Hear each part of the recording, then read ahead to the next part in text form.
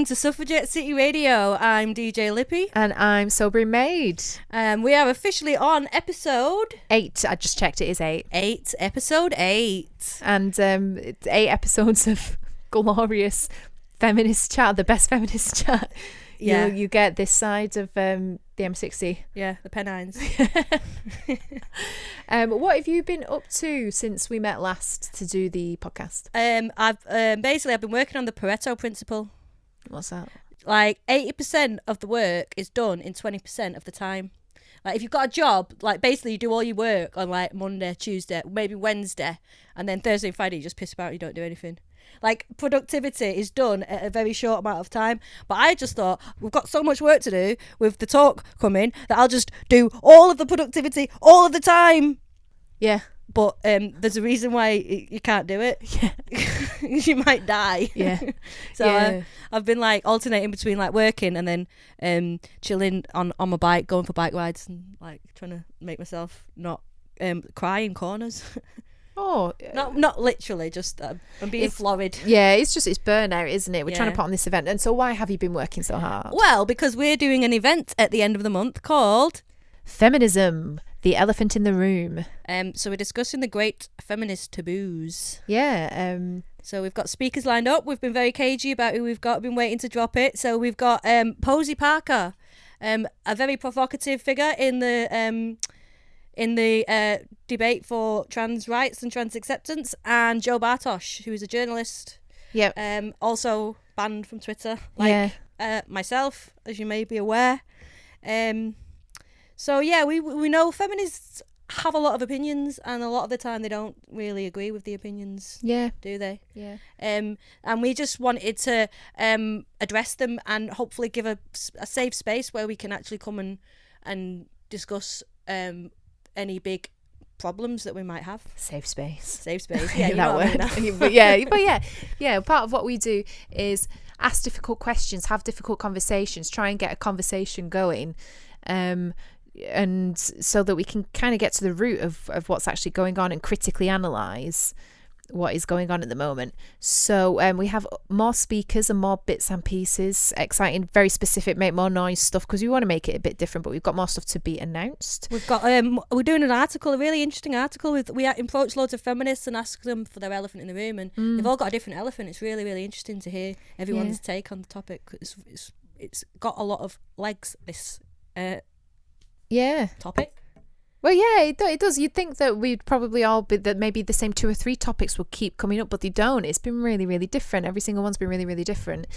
And it's where we just, also what we've been up to is we've just finished a live stream with Miranda. So that was good, wasn't it? Thank you very much, Miranda, for having us on. Yeah, you're a star. What came up there as well is that the certain issues are kind of sucking the oxygen out of the room, so we're unable to talk about other things, which is why it's been so nice that we've had such a varied response to the elephants in the room. It hasn't just been the 2 or 3 issues that are sucking the oxygen out of everything. It has been really, really varied, so that's been really exciting. Yes. I thought I'd done some other feministy bits this month, but I've been working a lot. Is that feminist? Just working? Yeah, that's like empowering, isn't it? Yeah, earning the money. Yeah. Don't need no man. Yeah, that's what it is, isn't it? Pretty much. Yeah. just been away a lot, but yeah, trying to put on this event and just keeping things ticking along, making more noise.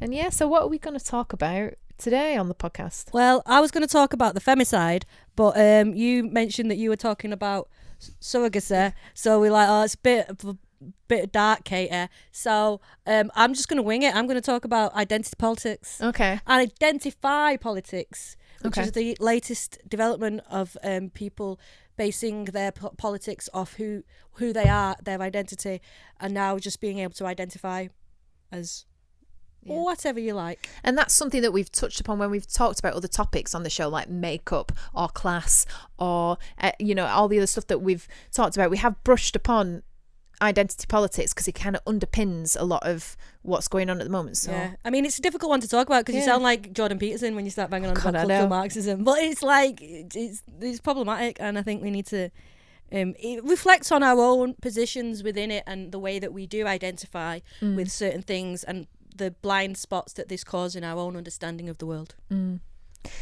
So I got to go with surrogacy first. So I just wanted a little bit of a primer about surrogacy, and currently there's a consultation open for reforms to surrogacy law in the UK, which I'll get to, which is why I wanted to do this. And it's something that, I'll be honest, I hadn't really thought about that much.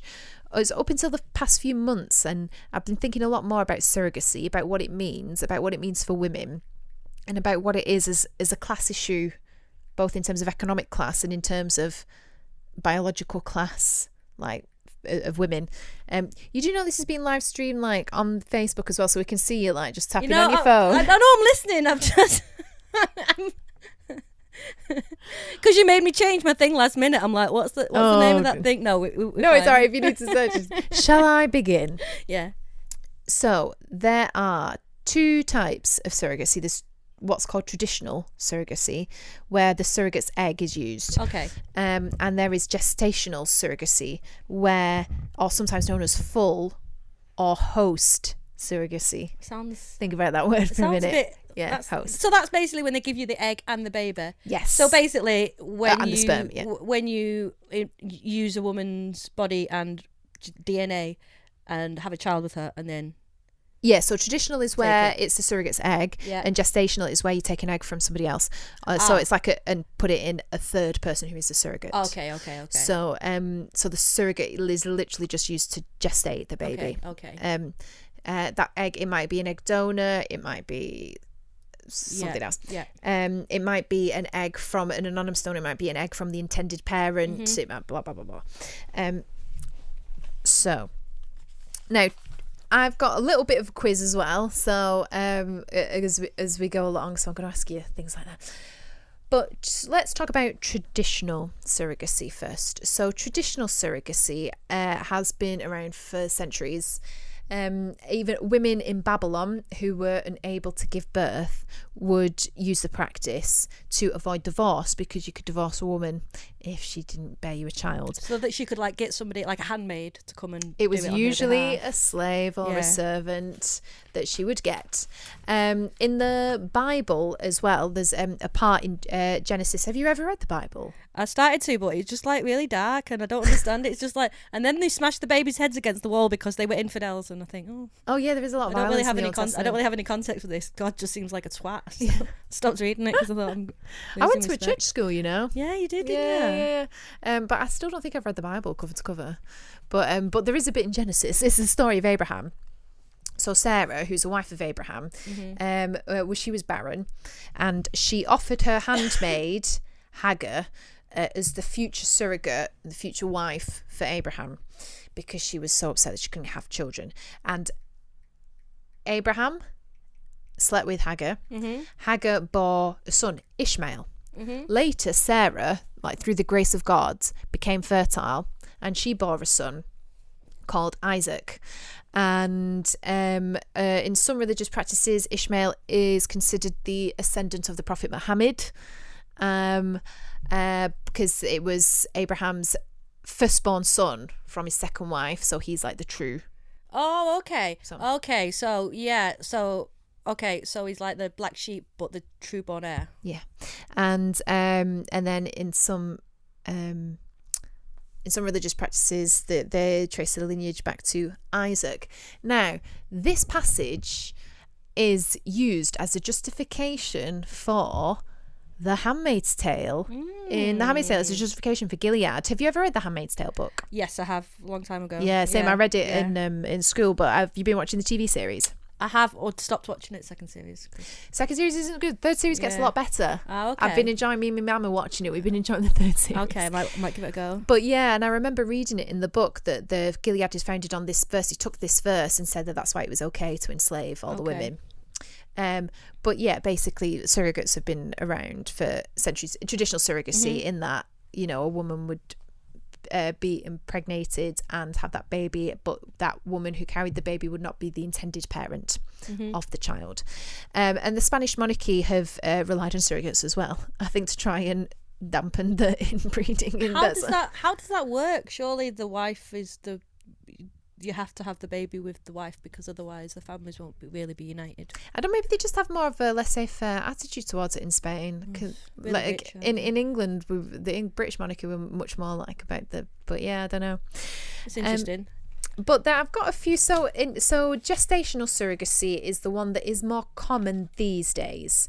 And I want you to guess, don't look up my notes. When was gestational surrogacy first achieved? When do you think? 1978. Not far. It's April 1986. Well, yeah. Okay. That's pretty good. And a couple of things have needed to happen for gestational surrogacy to become a reality. Yeah. So are you aware of what IVF is? In vitro fertilization. Yeah, so it's where they take it basically means out of uterus. Yeah, they conceive. You get an egg and you fertilize it outside of the womb. Yeah, test tube baby. Yeah. That was in Oldham Hospital. That was first ever Was test tube it? baby. I didn't know that because that was going to be my, like, I've got little quizzes as well. So like, do you know? Hack the quiz then. Do you know when the first world's first test tube baby was? What year? 1978. Yeah, it was. Yeah. Do you know what her name is? Louise something. Or It is Louise Brown. Yeah. Yeah. I had no idea it was Oldham Hospital. Well, I know this because it is Oldham Hospital, Yeah. and it's a shit hospital, but like that's what it's famous It's for. famous for the test tube And baby. having a McDonald's in the hospital. Right. Well, then they took it away, and it's ruined my life. So. No, it's not. When do you know when the first? I'm looking at my notes. Do you know when I'm engaging with you. the first person to fertilize an ovum outside the uterus? So it wasn't a successful pregnancy, but when was like fertilization achieved? 1954. It's 1944. Oh. I reckon you just said 54 because you read my notes upside down. I couldn't quite. I don't like cheating. I like the surprise of it all. It was a Harvard medical professor, and he was called John Rock. John Rock. Yeah. So like in order for gestational surrogacy to be a reality, like these scientific breakthroughs needed to happen. So I've got a bit more info about the first gestational surrogacy. I'm doing all this to kind of set the background because it's interesting. Like, gestational surrogacy, it's an incredible scientific breakthrough. Is that the one where they fertilize outside the body and then insert it? So it's not the woman's own birth child. Yeah, it's not her DNA. egg. Yeah. So this was in 1986, and it was a couple called Elliot and Sandy. I've tried to find their surnames, but I couldn't. I think they wanted to remain anonymous. They used, quote, suburban housewife Sharon Boff, and they paid her $10,000. Okay. And the pregnancy went fine, as far as I know. This was in America. I think it was Michigan. And somebody called, after this case, somebody called Noel Keane, or maybe he wrote some legislation before, but somebody called Noel Keane wrote a lot of the surrogacy legislation. And that's what I want to talk about a little bit as well. So a year earlier, Shannon Boff, who was the gestational surrogate, a year earlier she had been the traditional surrogate for another family. I think that's why they used her as the gestational surrogate in this test case, because she'd already done it before. And traditional surrogacy is where it is the pregnant woman's egg, and she gave that baby to the intended parents. Okay. So she's so. I guess that's easy enough to arrange. That's just turkey-based sort of stuff, Yeah. isn't it? And then a year later she was successful incubating a baby as a gestational surrogate. Okay. So someone else's egg. So yeah, so there's been quite a few notable cases with surrogacy because it gets complicated. It's a new life that you're talking about. There's hormones, there's expectations, there's anticipation, there's the pain of infertility as well, or the pain of not being able to carry a child for whatever reason. And there have been some really tricky, difficult cases. There's a famous one known as Baby M. I don't know, have you heard of it, the Baby M case? It's ringing a bell, but maybe it's just... I think it was made into like a TV movie as well. So it's somebody called William Stern and his wife Elizabeth, and they entered into an agreement with somebody called Mary Beth Whitehead. They signed an agreement that Mary Beth was to give the baby to William and Elizabeth Stern. So then later, Mary Beth, she changed her mind. Okay. And her husband kidnapped the baby. And then this was like a long drawn out court case, and the New Jersey court ruled. So this was a traditional surrogate, so it was Mary Beth's egg. the court ruled when in that conflict, and this set case precedent, the court ruled that Mary Beth was the mother because she was a biological mother. She hadn't just given birth to the child, it was her egg as well. But, I keep wanting to say Howard, and that's not his name, and I just literally just read his name. It is William Stern. It was his sperm.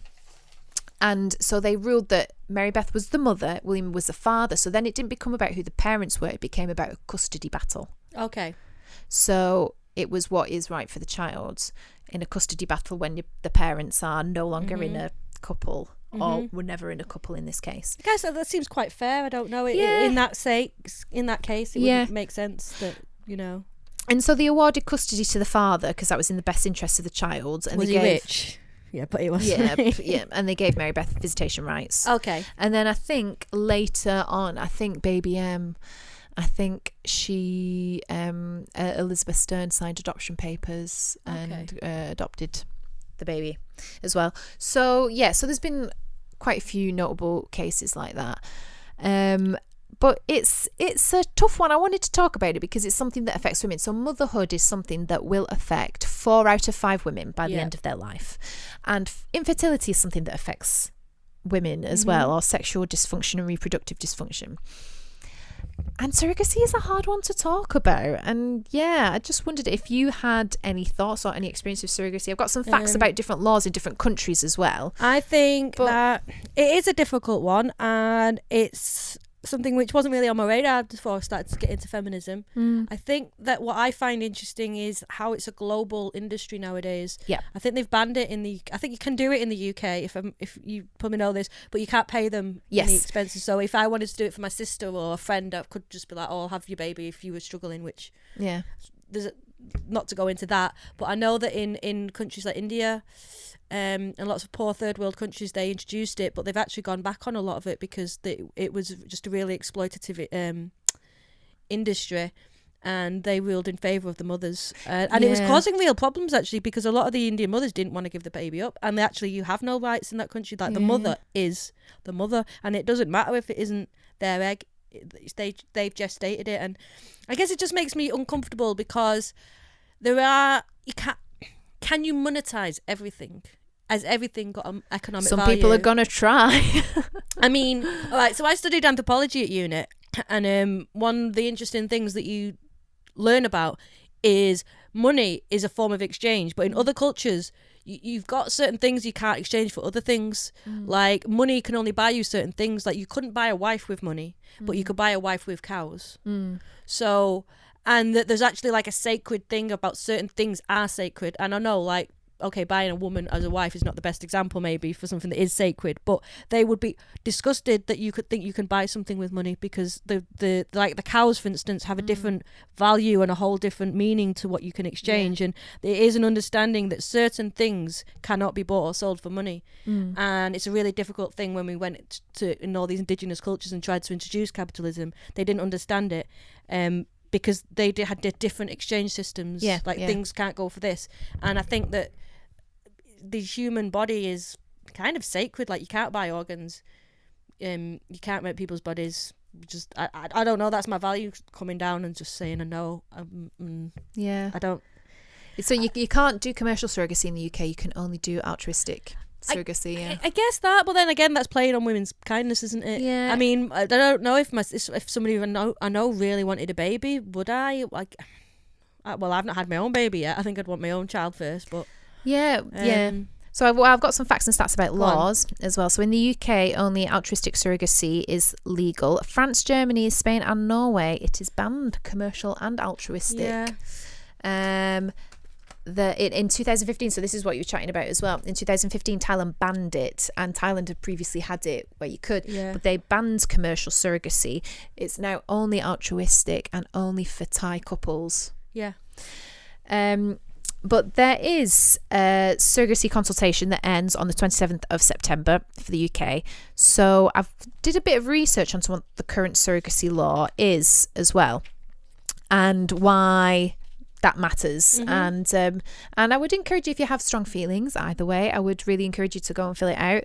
You could, if you just type in surrogacy law consultation UK, it should come up. Is there any guidelines for how to fill it in? Have you got No, anything I've not that, found that much just to help you, because I don't know what I would say, and and like they're quite technical questions usually in there these things, aren't they? I got a bit bored reading through it.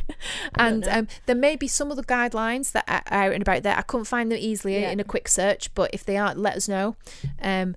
But yeah, so I did a little bit of reading on the law as well, and I want to reiterate that I have a lot of empathy for people with infertility troubles, or same-sex couples as well, especially gay men. Well, it's gay men really, isn't it? Yeah. Lesbians have 2 wombs.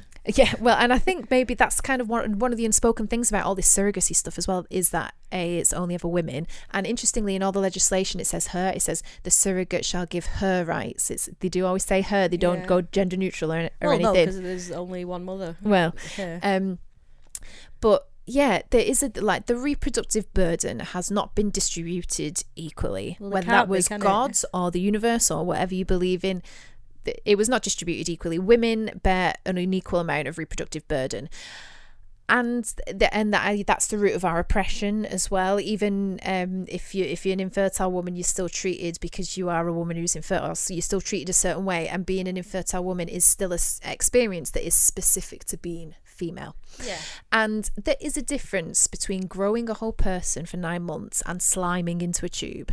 And I'm just gonna say so. And I do think, of course, same-sex couples have the right to build a family. Of course they do. I'm not going to deny that to anybody, but we need to have a talk about how you are doing this. Can we do it in an ethical way if women are being exploited? Because the surrogacy industry in a lot of these developing countries like India and Cambodia is built on the backs of trafficked and abused women. Yeah, I mean, it's always going to be a class thing, isn't it? Because no one's going to freely just go, okay. I mean, it's such a huge thing to have a baby.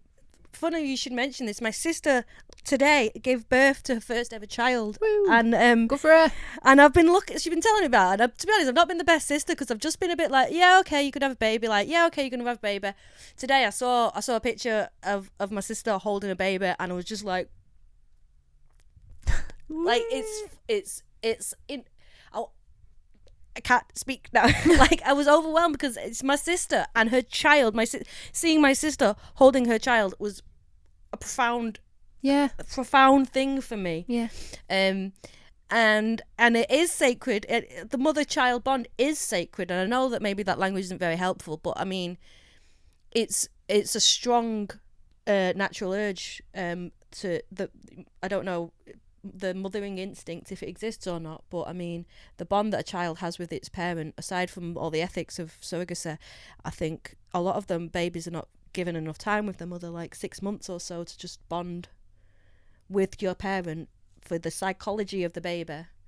Yeah, it's very important. Some of them are taken away quite soon. Yeah, and I don't think that's very good for within hours. That's terrible for the child, That's all you've known. You know your mother because you've been inside her, and you tone of voice, you can tell. And there's been studies that have shown that it's very traumatic. Like in the island when they were in the laundrettes, the Magdalene laundrettes. Oh yeah, Magdalene laundries. I mean, one of the things that strikes you is the barbarism when they would take the baby from the mother as it was born and just give it to the adoptive parents. And I know that somebody's consented and paid money to have this happen, but I'm sure the girls consented to go into the laundries. They didn't have a choice.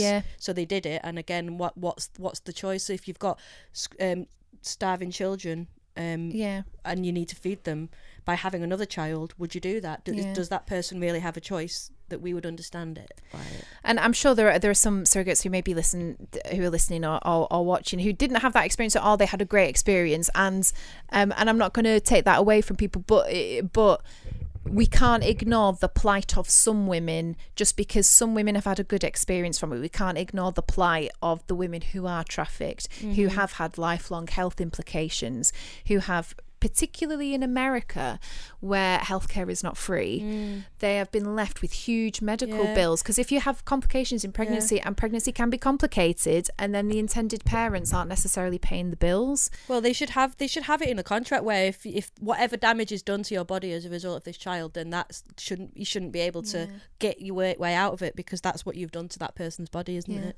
And I want to reiterate, there are a million different ways to build a family, and like giving birth is not the only way, and not whatever. Like, I think but adoption and surrogacy, fostering, you know, like there are so many children that need good homes. It's like going to a cat sanctuary when you need a cat, or get yourself like a really expensive designer cat, or like there's literally like loads of creatures that need homes and love, and they all deserve love, because a family is love as well. And whether it's you know, infertility, or same sex, or however you build your family, whatever your family circumstances are, you know, I think we're all in agreement that kids should be given just a loving family. I'm just trying to make sure that I'm not kind of slagging off people who've like, but I think we do need to talk about it. It's a difficult got to take one. a line, haven't you? Like, that's your line, and because we're trying to be kind and nice all the time, we're not actually being kind and nice to the women that are being exploited. And it's like the most patriarchal thing possible, isn't it? Like the womb, the product of the womb being taken from you. Or traded or given away, you know. Like it's interesting what you're saying about how it was really profound, and seeing your sister was really emotional. So I've actually been at quite a few births for my job, and I've cried at every single one. And it is incredible. And this is, again, not to take away from people who've become mothers in other ways, but it is just the miracle of life, the way that babies come into the world is really quite incredible. Well, this is the thing, like the greatest trick the patriarchy ever done was turn the greatest thing that we ever do into like some nothing service that we don't actually ever get the credit for, like birthing every single human being that ever was born. Like, it's incredible, and men can't do it. And that's where a lot of it stems from. I think they're just jealous that we have the babies, but they've turned having the babies into the burden of society. You know, twisted it around so it's, you know, not valued. We devalue mothers completely. And I was reading somewhere, I made me laugh, that men invented religion because they couldn't deal with death and couldn't stand the fact it was women who gave life. So they created like this male god figure who gives life to everything, even though it's women that actually give life to stuff. Like, God the Father created her. Yeah, okay. But I used to be very much, and this is like, please don't judge me too harshly, but I used to get a bit annoyed when, for example, women would bring their babies into work after they just had them. And I know that was like some internalized misogyny as well. But also, like, I don't like the way that we raise mothers up on a pedestal. Like, that's the most important. Mother privilege. That's the most important thing that you can do is give birth, because you know that not all women want to be parents, and that is fine. And like, we want to move away from like biological determinism, but at the same time, we also devalue mums. That's my issue. Is we need to find a middle ground, and like we've gone to the other. Liberal feminism has taught us to almost be like, oh, motherhood, like I'm better than a mother, I can do anything. Whereas really, what we should have been doing, one of the jobs of feminism, I think, where it maybe missed a step, was to actually raise the status of motherhood and make the domestic sphere more respected, and the role of a mother more valued. Is the danger that we become a bit more conservative then if we do that again? Well, I don't know. I can't fix it now, man. I don't know. Like, I can't fix feminism. I can't fix the world. Like, that's just the thought that I think. But but it's good that we're having a conversation about it. There's probably people who know a lot more about this all than me and have been like studying it intensely. We're just little gobshites, really, aren't we? But I used to be very much like, oh, she brought a baby into work, and I used to go around saying, like, so if somebody did it, they'd been up and brought the baby, I'd roll my eyes, and I used to go, God, I could show everyone at work what came out of my fanny, but I get fired. And I've got a baby. But working with mums when they gave birth changed my perspective a bit. I was like, God, it really is incredible. But so I've had a bit of a look at the surrogacy law. What's it saying? What did they want to change the law to say? What's the gist of it? Should we be angry? I don't know. It's not as clear cut as that, which is why I think it's interesting. It's not I can't just tell you on the podcast now, right, everyone needs to fill it in and they need to say this and this because they're coming after our rights, because it's not as clear cut as that. But at the moment, the Surrogacy Consultation UK is looking at reforming surrogacy law, and the surrogacy law is governed by the Surrogacy Arrangements Act 1985, which stated that surrogacy can't be commercial, it can only be altruistic. Okay. But you can incur expenses. So like, and the going rate is usually about 12 to 15 grand. Yeah. But there's some couples will pay up to 60 grand. Yeah. To their altruistic expenses. Yeah. Understand, not commercial. It's governed by, yes, that Act 1985 and the Human Fertilisation and Embryology Act 2008. Okay. And I tried to read that and it was just really dense, but it basically is like about human cloning and stuff like that, and in vitro fertilization. Just basically that you should be careful when you're creating life. Okay. Because a lot of current surrogacy is gestational surrogacy, where it is IVF. You're conceived outside the womb. Yeah. So at the moment, the intended parents have to wait until the child is born and then apply to the court to become parents. So that's what they have to do at the moment. They can't do it whilst the kid is still being gestated. Okay. They can only wait once the baby is born. But that causes legal complications, and if the parent wants to take it back, then they've got no... Well, when you say parent, what do you mean? Do you mean the birthing mum? I mean the birthing mother, yeah. but I mean... And at the moment, there is insufficient regulation, which makes it difficult to monitor the surrogacy process, and there is a lack of clarity around surrogacy payment. So they want to change it. Now, the monitoring the surrogacy process, I thought that was interesting. I wonder what they mean by that. They mean monitoring the mother and making sure that she's behaving herself, and not smoking or doing anything like that's damaging the bit. Don't go on that trampoline. Yeah. But then it can be quite difficult though, because sometimes you just need to go on a trampoline. But I just mean monitoring. It's very patriarchal, isn't it? Monitoring pregnant women. I mean, pregnant women get monitored all the time. If you try going to the pub and ordering a glass of wine when you're pregnant. Yeah. You can do it, but get a coffee. See what happens at Starbucks when you go for your double espresso. Yeah. And also sometimes mums, if you have pregnancy complications, you might not be able to work for months, and you've lost loads of earnings as well. And so the key proposals are the new pathway. For there to be a new pathway allowing intended parents to be legal parents from the moment of birth. Because at the moment, you can only start the process once a baby's born, so that could take months. So with the new pathway, you would put the process in place already whilst the baby is being gestated, so that from the moment of birth, you have legal parenthood as the intended parents. Okay. From that moment. The specific regulation for surrogacy arrangements and safeguards, such as counselling and independent legal advice. I think that's good. I think that should be written into legislation. So free advice, make sure that the parents who are giving birth will be aware of what their legal position is. Yeah, and counselling for mums and parents and intended parents as well. So maybe that's a good thing.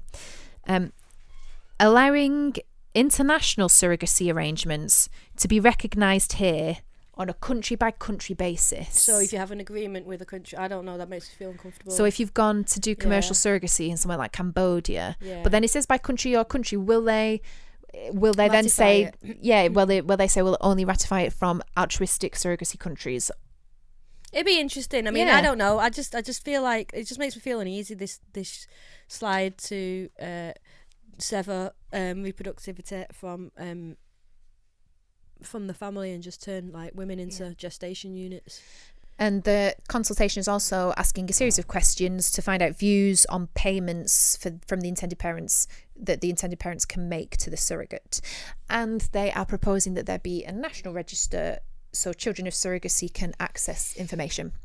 And I think that might be quite a good thing. And then there was, on some of the questions I clicked on, it said, would we keep this registration for 100 years or another period of time? And I think maybe if you were a child born of surrogacy, it might be nice to know that there is a register should you choose to access it. So maybe that's a good thing as well. This is what I mean. It's not very clear. I was expecting to be like, right, I'm a radical feminist. Yeah. This is commodification of women's bodies, blah, blah. And I mean, in an ideal world, it'd be nice if we didn't rent each other's organs. But we live in a world where that does happen. So let's try. Regulate it. Yeah, let's try and regulate in the best way we can to protect the most amount of people. Or we could just burn it all down. Burn it down. You know what I'm like. Like, burn it down, bomb the dams. I don't know. I'm just like quite extreme. But you've got to be Overton on the side, haven't you? Like pushing things. Yeah. Nope. But it's sacred. You can't do it. There's actually an event in Manchester on the 17th of July. I just got a ticket. It's totally free. It's part of the surrogacy consultation thing. There's a couple of solicitors there in Manchester. There's a couple of others around the country. It's listed on their website. But the Manchester one is on the 17th of July. It's about 4:30 to 6:30, and it's JMW Solicitors LLP on Byron Street. The postcode is M33HG. That is Mother 33 Hotel Golf. So you can have a look at that. Tickets are free. It's on Eventbrite. I might go down to that. I got a ticket, but I think I'll be working. But you might go in my place, do some notes. But yeah, so I had another look at some of the other kind of notable cases. There was something in the news a couple of months ago about the Japanese man who won the custody of these 13 surrogate children. I don't know if you remember that. He basically had like a baby factory and was like impregnating all these surrogates and then took them all to court, and like he won custody of them all because he wanted children to split his fortune with. See, that just sounds like a mad rich man who just gets to do what he wants because he's got loads of money. Because it's poor women. It's poor women. That's just like, come on, like. And there's a lot of evidence that trafficking has gone up in Cambodia. So when Thailand clamped down, trafficking went up in Cambodia because people started to go there for commercial surrogacy. So the paid surrogates in Cambodia, a lot of them are trafficked. Also in India. And there was some women in Cambodia that were charged. Actually, no, because it's not commercial, isn't it? I've done that wrong. Commercial surrogacy isn't okay in Cambodia, but they've tightened up in Thailand. But people did move to Cambodia and did it commercially under the table. But then surrogate mothers were charged because under those laws, the surrogate mother can be charged with commercial surrogacy, not just the facilitators, not just whoever, like the woman, the poor woman. And some of them didn't know that commercial surrogacy was not legal. And they thought, I can do this, I can get some money from my village. So maybe we do need regulation then, because we are putting women in the vulnerable position of they're going to lose either way. If they take money, then they're going to be in shit. And if they don't want to give the baby up, they're going to be in shit. And if they don't take money and don't do it in the first place, then they starve and their family starve. Well, yeah, it's an interesting subject. Yeah, and I think what you touched on as well, it is a class issue.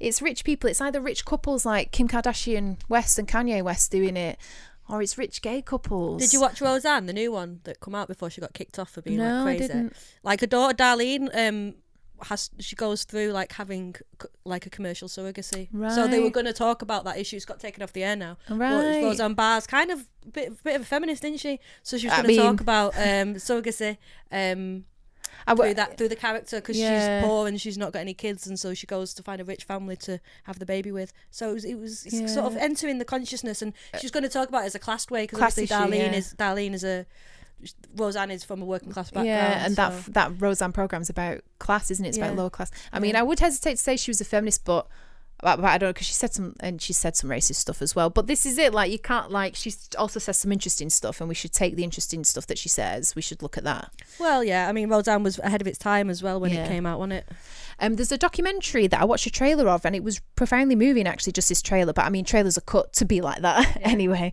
to manipulate you. But it's called Breeders, a subclass of women. Ooh. And yeah, it's about surrogates. It's Jennifer Lahl, Lahl. Is it a documentary then? It's a documentary, and you can get it on Amazon Prime, I think. Oh, God, Amazon Prime. Because she worked for a surrogacy agency. She's a scientist, I think. But women can have like health risks. They can lose jobs. You know, when you give birth, it is like your body, like you push your body out of your body. Well, no, don't think women really talk about all the complications that arise from motherhood, you know, like how it messes up your urinary system, like continence problems. Because it's not just your uterus, it's your entire body. You know, so it can cause problems, and we don't value, again, because we don't value what mothers do, what women do by giving birth. We don't talk about it, and women don't talk about all the problems that they have giving birth to children, and we don't respect our mothers enough for giving birth to us, pushing us out of the vagina. Like, we don't think about that often, do we? But I mean, or the sunroof if it's a cesarean. Yeah, I mean, like, come on, like, it's pretty intense, isn't it? And it's going to have an impact on your whole body. But we have. I think it's like historically we've not wanted to recognise the labour of labour. Yeah. So it's an interesting one. Let us know your thoughts, because I'd love to do more reading on it. I think I'm leaning towards, I don't think surrogacy. I think it leads to the exploitation of women's bodies. But, you know, like, send us some stuff. We really want to hear our views on this. Let us know. It's an interesting one, and one I hadn't thought about, and maybe I've gotten you guys to think about it a little bit more as well. That's what we're about, just having a conversation. Have you been a surrogate? Have you used a surrogate? I'd be really interested to find out. But yeah, you know, there are a million different ways to build a family, and a family is love, but we should think about the consequences of building families in certain ways if it's on the backs of poor women. Yeah. We're going. I've rambled on for quite a bit on surrogacy because it's an interesting one. Right, You're doing identity politics. I'm doing identity politics, right? And this is like, you're going to see me freestyling here, because I was going to talk about the femicide and abortion, but it's a bit dark in it. So we'll see how good I am at bullshitting. I'm not bullshitting. This is something that it's been whirring around in my head for a very long time. And I want to talk about identity politics, but also like a new evolution of identity politics, which is identify politics. All right, go on. So identity politics is basically how you take parts of your identity, like I am a woman, I am black, I am gay, I am disabled, and you build up from that like a political movement. So you have like the Black Liberation Movement, and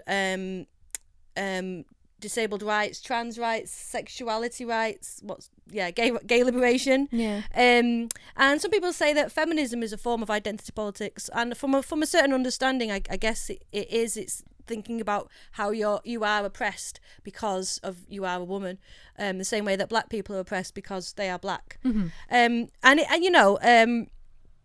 At its basis, it's a really good idea, because we do need to recognise the way that our position in society is affected by these things that we don't really have any control over. It's the protected characteristics under UK law. I think there's 8-9 protected characteristics.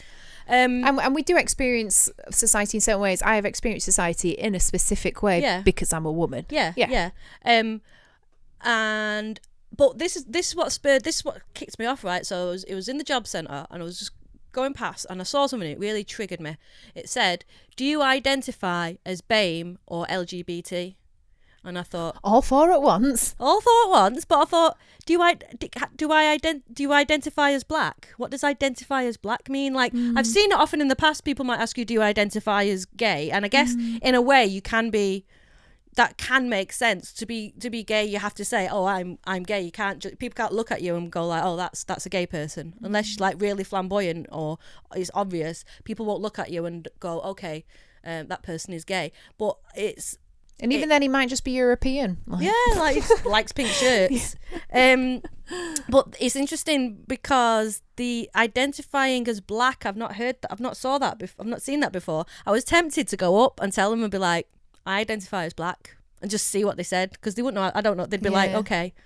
I've heard it before with dual heritage people who maybe like will specifically identify as politically black. Yeah. But just to identify as, like, anyone can identify as anything. But again, it's this language. It's this rubbish, obfuscating language. We've gone from using a really necessary ways to look at different systems and the way that different systems of oppression intersect, to like just saying I identify as whatever because I can just say that I identify. Well, I mean, it just ruins the whole point of what the reason why you are oppressed is because you are that thing. Yeah. And that's why you get shit. Can't identify out of racism, can't identify out of homophobia. No. Can't identify out of womanhood. But and this has been happening. A lot of people are now identifying as women, and a lot of women are going, hang on a minute, I don't know, is that a thing now? Can you just become a woman by saying that you're a woman?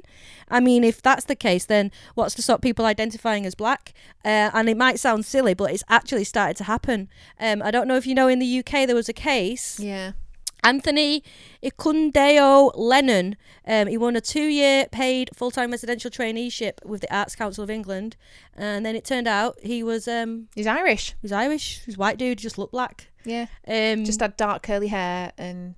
Yeah, he's kind of olive skin tanned. I mean, he wasn't does look. Thing is, I mean, I've seen him in interviews. It's quite a good point, really. He's like, people do read me as black, so I've received racism, and I've received a lot of the racism that black people get. And I saw a documentary actually. He was very open with the guys. He was close to black people, and he was talking openly. I don't think he's tried to hide it, because he was telling them like, oh, you know, like I'm white, but like I look black, so I get loads of shit for it. And they were like having a good conversation. But actually, is he black? He's like, he's not. Is he? Yeah, he's not. You can like if you just, no matter how society perceives you, that's not a thing that you are. But he throws up a really interesting case, because as you said, like people saw him as black and treated him as black, but then maybe that's with people who identify as the opposite sex as well. Sometimes if they are seen as women and then they're treated that way, and they do experience sexism on the street and sexual harassment. I mean, I'm all for that's always been my line. I think that if you are passing, then you do understand what women's position is, because I do believe that your personal sense of self means nothing really. It's how the world sees you and then treats you accordingly based on what they think you are. Yeah. Like, that's really how you learn what you are. Like, you can't just be the person that you want to be in your mind. I would suggest, though, that I think that that's true. Like, society treating you a certain way on the street, but then ultimately, when it comes to things like healthcare, it doesn't matter how you look. Like, women's healthcare is still under research, and you're still more likely to die of a heart attack and in a car crash and stuff. Well, no, exactly. These are like fundamental things that we're losing. I think there's been a case where trans men went to hospital and nearly died because they had the wrong kind of blood transfusion. They're given the wrong kind of drugs, and it's keep happening all the time. And people are turning this into like a big argument. Who's the civil liberties guy who's an arsehole now, who's a paedophile apologist? All of them.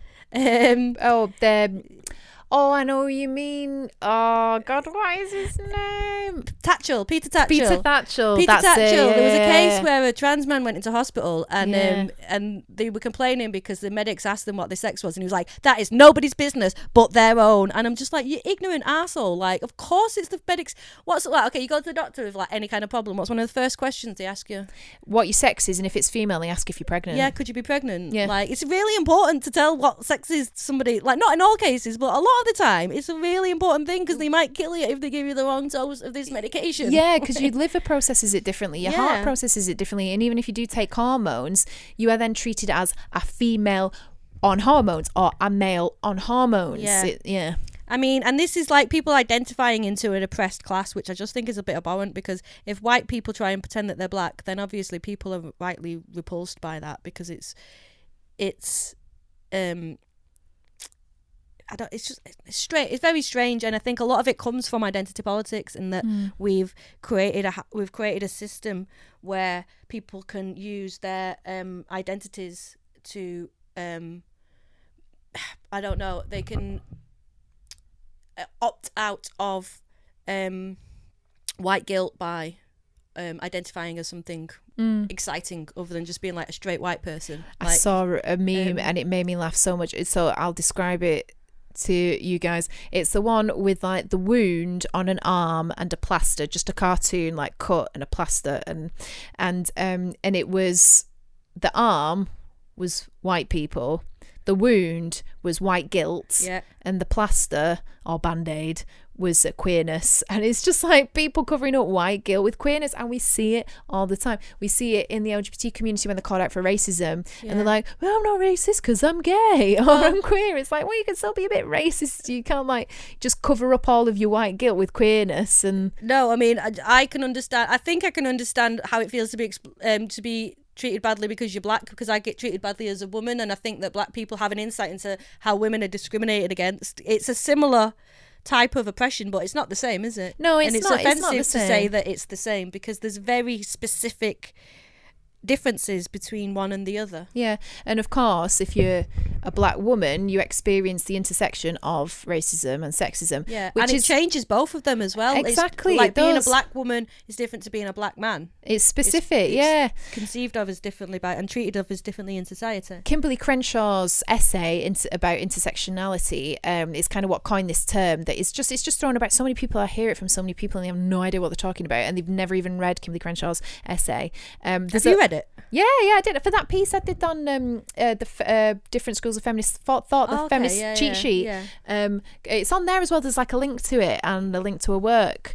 as well. And she coined the term and talked about how it was like specific, and it's a really interesting and necessary way for us to try and analyze different oppressions. But it's just been co-opted to mean it's not very intersectional if you've not got green, because what about all the people who like the colour green? You're discriminating against them. It's like, that's not what the intersectionality is. A part of me feels like we're getting cut off into smaller and smaller subsections. Yeah. I've noticed like a lot of LGBT groups now, they'll have separate BAME LGBT groups, and that's I think because a lot of black and Asian minority people didn't feel comfortable in white gay spaces, so now we'll create our own space. But I don't know, it just seems to be furthering a separation between everybody and everything, into our own little furrows. And I think the Equality Act is doing something like this. I read really interesting actually. I watched there were Karen Ingala Smith it's a select committee, and it was Sarah Champion and Jess Phillips were chairing it, and they seem to know their stuff, and they were talking about the way that the Equality Act has impacted funding, and it means that like an unforeseen consequence of having sex as a protected characteristic means that a domestic violence shelter is not able to offer services for just female sex. They have to offer them for men, otherwise they're discriminating against men. Okay. And that there's provision for like BAME services. They'd rather commission a separate service for black people, for black women, than they would for like white women, and it's a separate service for like gay women. So it's almost, in a funny way, it just feels like we just.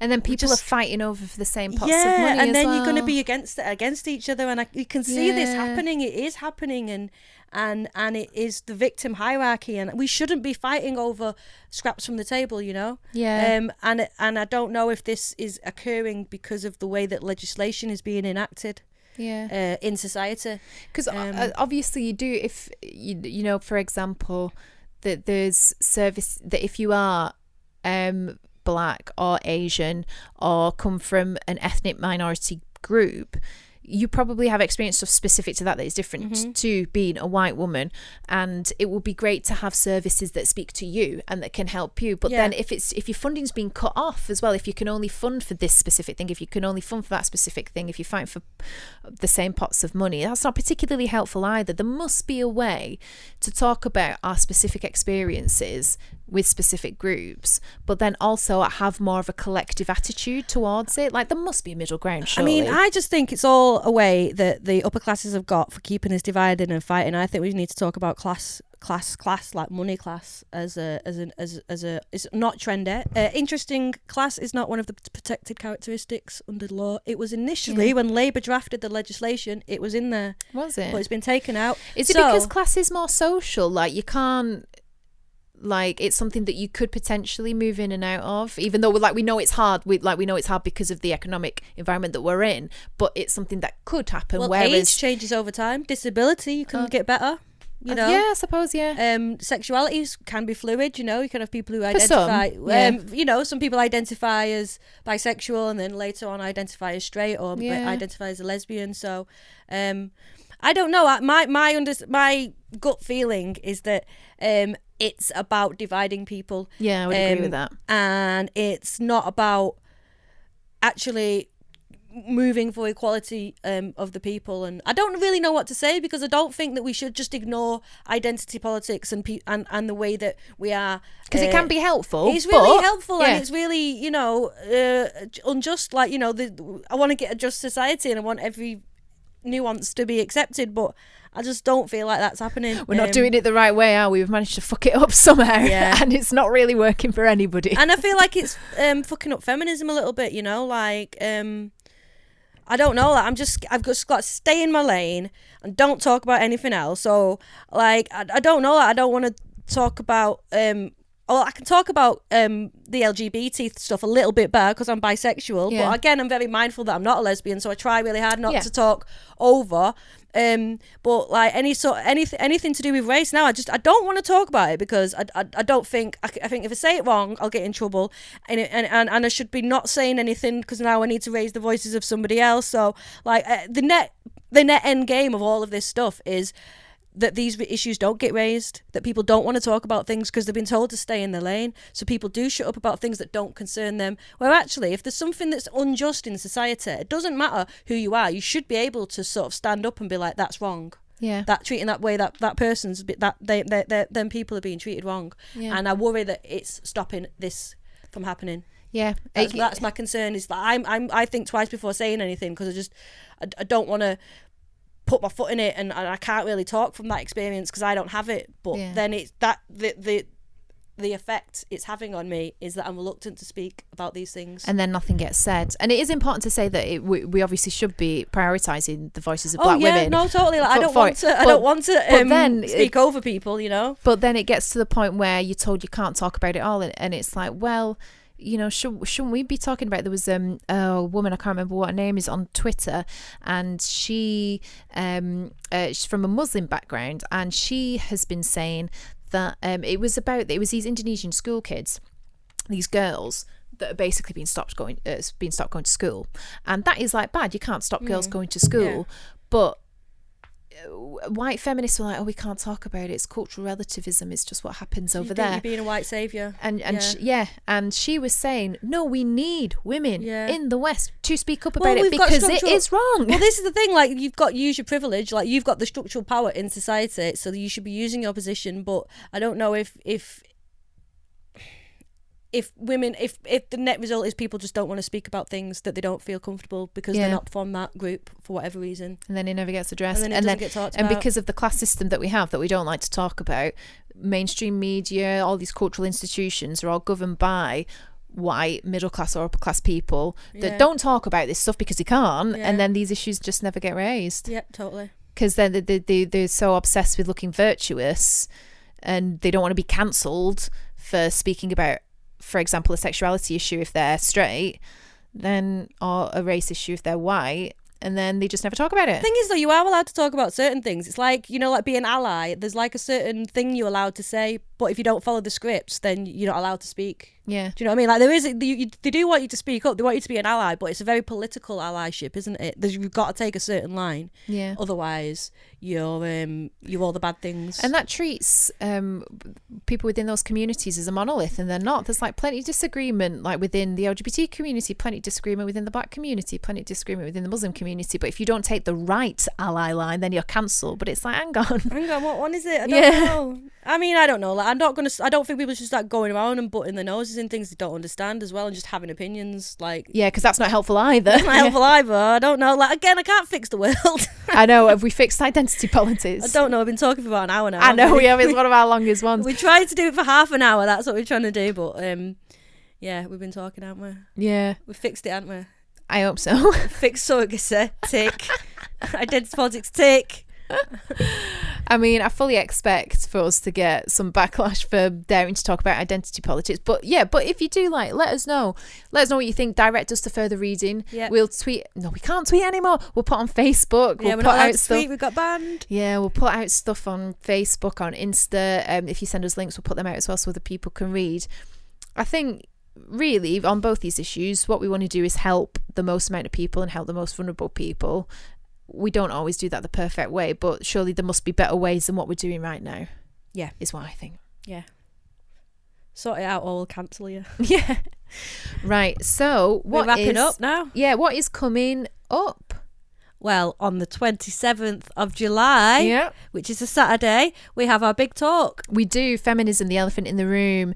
We have got some speakers. We've got more speakers and stuff to be announced. You can get tickets on Eventbrite.